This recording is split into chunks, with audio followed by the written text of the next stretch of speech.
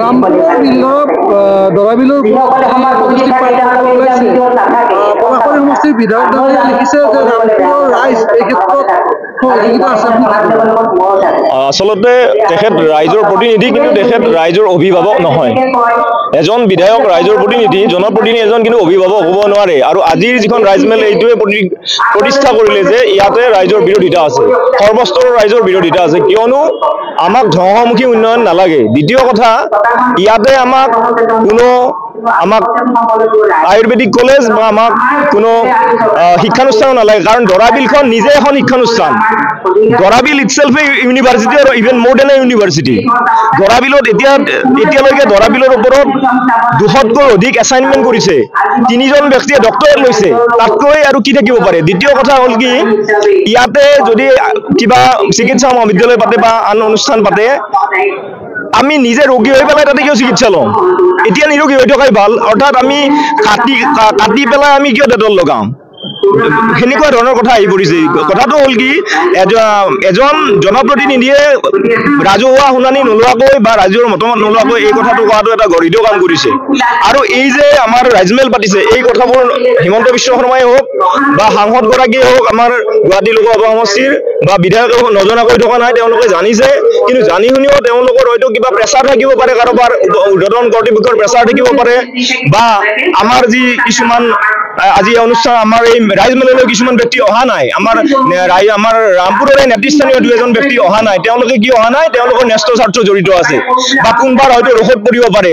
কিন্তু দলমত নিৰ্বিশেষে এজিপি হওক, বিজেপি হওক, কংগ্ৰেছ হওক, সৰ্বসাধাৰণ হওক, যদি ক্ষতিগ্ৰস্ত সকলে হ'ব, প্ৰদূষণৰ ভিক্টিম সকলে হ'ব, বিজেপিজন হ'ব, এজিপিজন হ'ব, সেই কথা সৰ্বস্তৰ ৰাইজে বুজি উঠক। ইতিমধ্যে আমাৰ 80% মানুহে বুজি উঠিছে আৰু ইয়াৰ একদম মননপণভাৱে ইয়াৰ বিৰোধিতা কৰি যাব। নিশ্চয়কৈ আমাৰ প্ৰশাসনৰ যিটো নিৰ্দেশনা, সেই নিৰ্দেশনা পালন কৰি আমি অঞ্চলবাসী ৰাইজৰ 50তকৈ অধিক আবেদন আমি দিছোঁ, ওজৰ আপত্তি জড়িত আবেদন।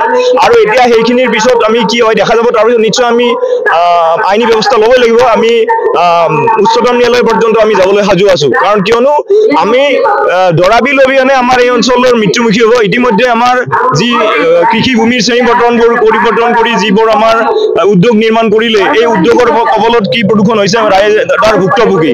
আৰু ইয়াতো যে উদূৰ ভৱিষ্যতে সেইটো হ'লে উত্তৰ প্ৰজন্মই আমাক দুখিব যে আপোনালোকে সেই সময়ত কিয় বিৰোধিতা নকৰি বুলি আমাক প্ৰশ্ন কৰিব। গতিকে এইটো আমি কেতিয়াও হ'বলৈ নিদিওঁ, আৰু সৰ্বস্তৰৰ ৰাইজ ইতিমধ্যে ওলাই আহিছে।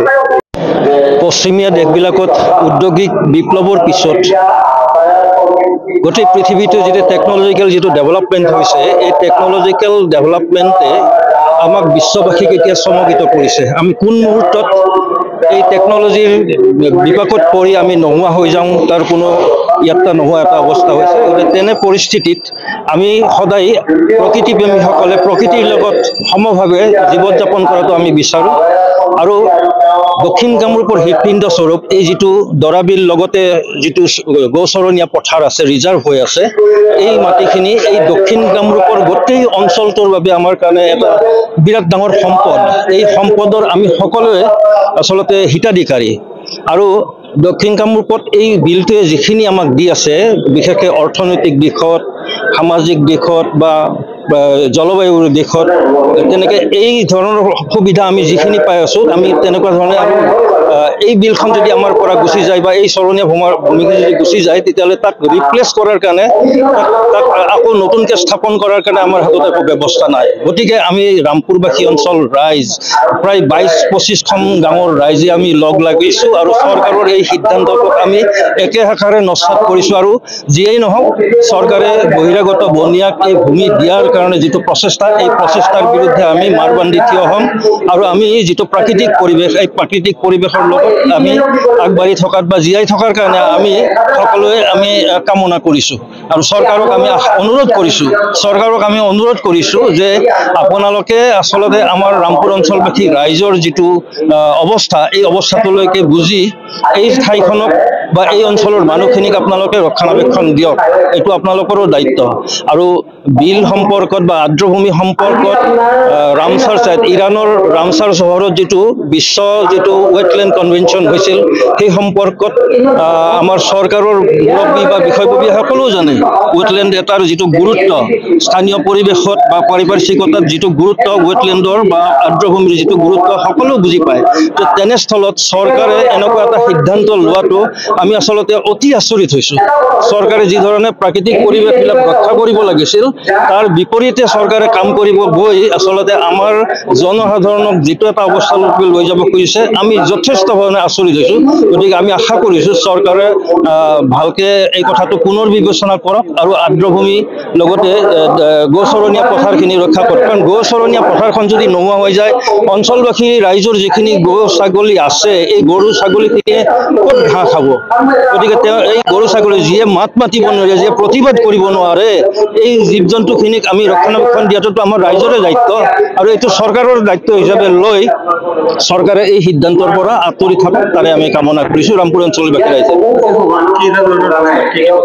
আজিৰ সভাত এটা মানে সৰ্বসন্মত সিদ্ধান্ত হৈছে যে চৰকাৰৰ যিখন জাননী, এই জাননীখন আচলতে বহিৰাগত যিটো বণিক গোষ্ঠীক দিয়াৰ কাৰণে যিটো এটা সিদ্ধান্ত লৈ মাটি অধিগ্ৰহণৰ কাৰণে বা ৰিজাৰ্ভ কৰাৰ কাৰণে এখন জাননী দিছে, তাৰ বিৰোধিতা কৰিছে। এইটো সৰ্বসন্মতভাৱে বিৰোধিতা হৈছে।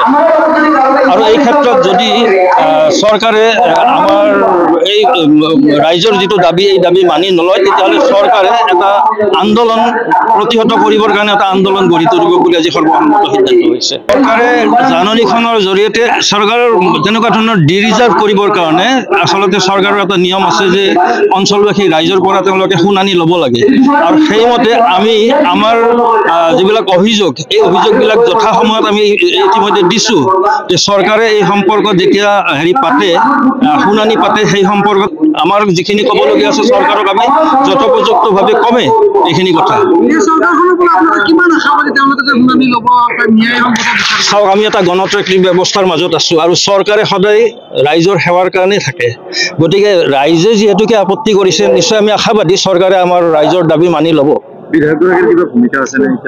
বিধায়কগৰাকীৰ লগত আমি তেনেকৈ বিশেষ মোৰ নাই, কিন্তু তেখেতে যিবিলাক সামাজিক মাধ্যমত দুই এটা পোষ্ট দিয়া আমি দেখিছোঁ যে ৰামপুৰীয়া ৰাইজ অন্ততঃ এই যিটো চৰকাৰী সিদ্ধান্তটোৰ সপক্ষে থকা বুলি কৈছে।